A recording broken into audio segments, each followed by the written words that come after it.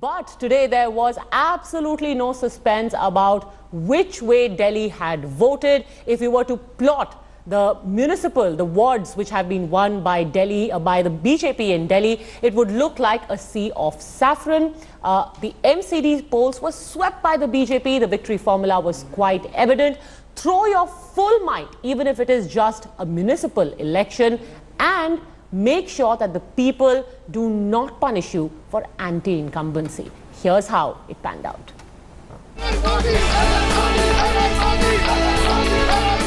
Har Har Modi chants ring through the capital, and how? Delhi has voted to keep the civic bodies with the BJP for the third consecutive term. The saffron sweep reinvigorated an embattled Delhi BJP, whose wounds from the 2015 rout were still festering. And the man responsible for the municipal makeover, new state party boss Manoj Tiwari, revelled in the clean sweep and even dared Arvind Kejriwal to step down as the Chief Minister of Delhi. Arvind Kejriwal ji के लिए आज right to recall याद करना बहुत जरूरी है राजदीप भाई, और इस दिल्ली ने राइट टू रिकॉल का प्रयोग किया है, उनको इस्तीफा दे देना चाहिए. With Delhi done, a restless BJP boss has set his sights on the expansion of the party into Bengal. Delhi की जनता ने स्पष्ट संदेश दिया है कि नकारात्मक राजनीति नहीं चलेगी, बहानेबाजी की राजनीति नहीं चलेगी, सकारात्मक तरीके से विकास के रास्ते पर सबको साथ लेके चलने वाली राजनीति चलेगी. The BJP's winning formula to replace over 150 sitting councillors and push brand Modi into a local body poll appears to have paid rich dividends.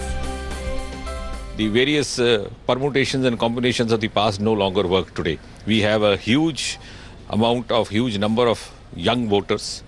They would always put in their might only behind a party which they can trust for their future stakes.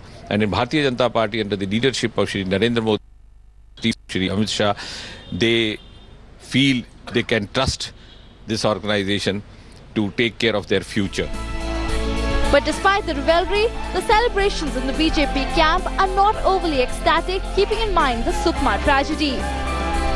Modi and Shah have exacted their 2015 revenge on Kejriwal. A saffron clean sweep means that the AAP and the Congress have been relegated to fighting for second place in the capital. Bureau Report, India Today. Well, the party's entire machinery was working to make sure that this result became a reality today, and the person who was behind the entire plan, National Vice President of the BJP, Vinay Sahasrabuddhe, in fact, now joins us on 8 p.m. So I'm going to ask you the question that everyone is asking, and some people are actually quite angry about it. It's just a municipal poll. Why did the BJP peg so much on a municipality election? I think in BJP, if you go through our history of electoral preparedness, then we have been attaching great importance to every other election.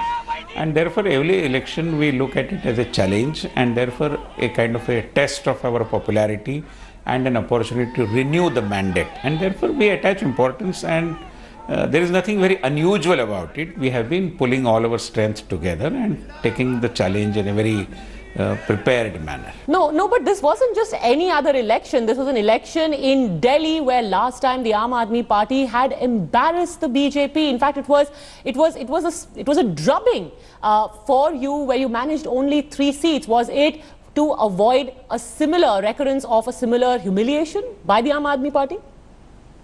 I don't think that was there at the back of our mind, but we had realized that if this election is a test of anything, then it is of the rejection of the politics of bankruptcy that has been thrusted upon the people of Delhi by the Aam Aadmi Party government.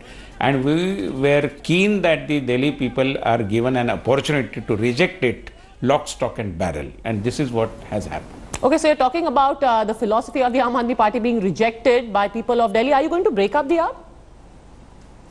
I don't think we need to work overtime on that. They themselves are capable of inflicting all kinds of bickerings and all other things in their own party. Their leadership doesn't have any grip over their organizational mechanism as such, and therefore I think it is for them to take care of their own house. We need not comment.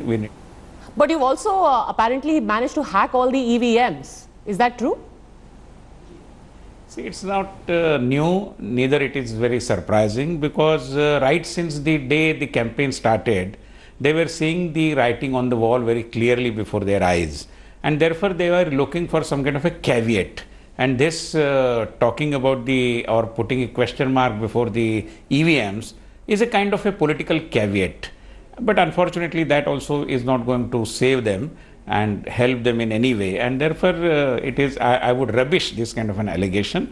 No serious politician would give any credence to this kind of a thing. No. It is a politics of finding some shelter to hide your face. No, but the allegation does have credence for the simple reason that anyone who is living in Delhi will tell you, Mr. Sahasrabuddhe, that everything is not hunky-dory with the way the MCD functions. There are piles of garbage. There was strikes that MCD employees went on. There were the ghost employees scam. So the Aam Aadmi Party's reasoning is that when all the scams of the MCD are out there, how could people still be going ahead and voting for the BJP that was controlling the MCD for 10 years? It's impossible. That's why they allege their EVMs are hacked.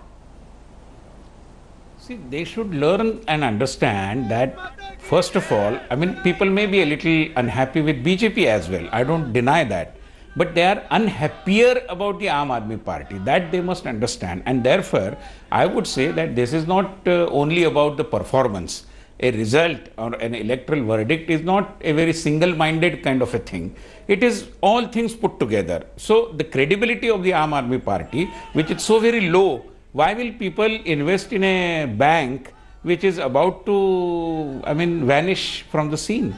And therefore, I don't give any importance to these kinds of observations. Firstly, they are totally not in sync with the popular mood.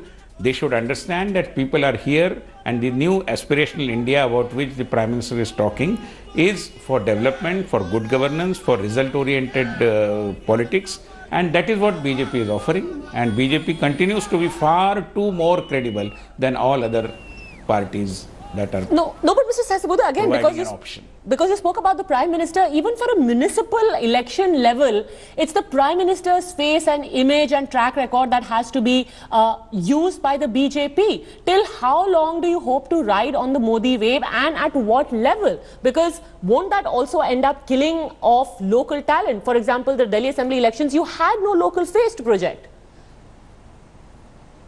I think it is complete misreading of the mandate. Prime Minister Modi has become an icon of aspiration, of development, of good governance. And those, instead of all these three, uttering all these three words, we bring the picture of Prime Minister Modi, because in a way, he has become the personification of all these things, which is why. But then, down the line, there are all other leaders as well. Are you going to deny the credit to Devendra Fadnavis for that matter, or to Shivraj Singh Chauhan, all other leaders? Even a municipal mayor in Lucknow, Dinesh Sharma, who is now the Deputy Chief Minister of Uttar Pradesh. So, all these, there is a galaxy of leaders in BJP, and all of them are working at their own level, discharging their own responsibilities. So, Prime Minister Modi continues to be our supreme leader. He is the Prime Minister. He is the number one in this party, and therefore under his able guidance, at the same time under the guidance and leadership of our party President Amit Bhai Shah, we are marching towards our desired goal. All right. For now, Vinay Sahasrabuddhe, thank you very much for joining us here on 8 p.m. and giving us the winning formula. Well, to all credit to you, has worked for you in the MCD elections. That's it then on today's edition of 8 p.m. See you tomorrow at the same time.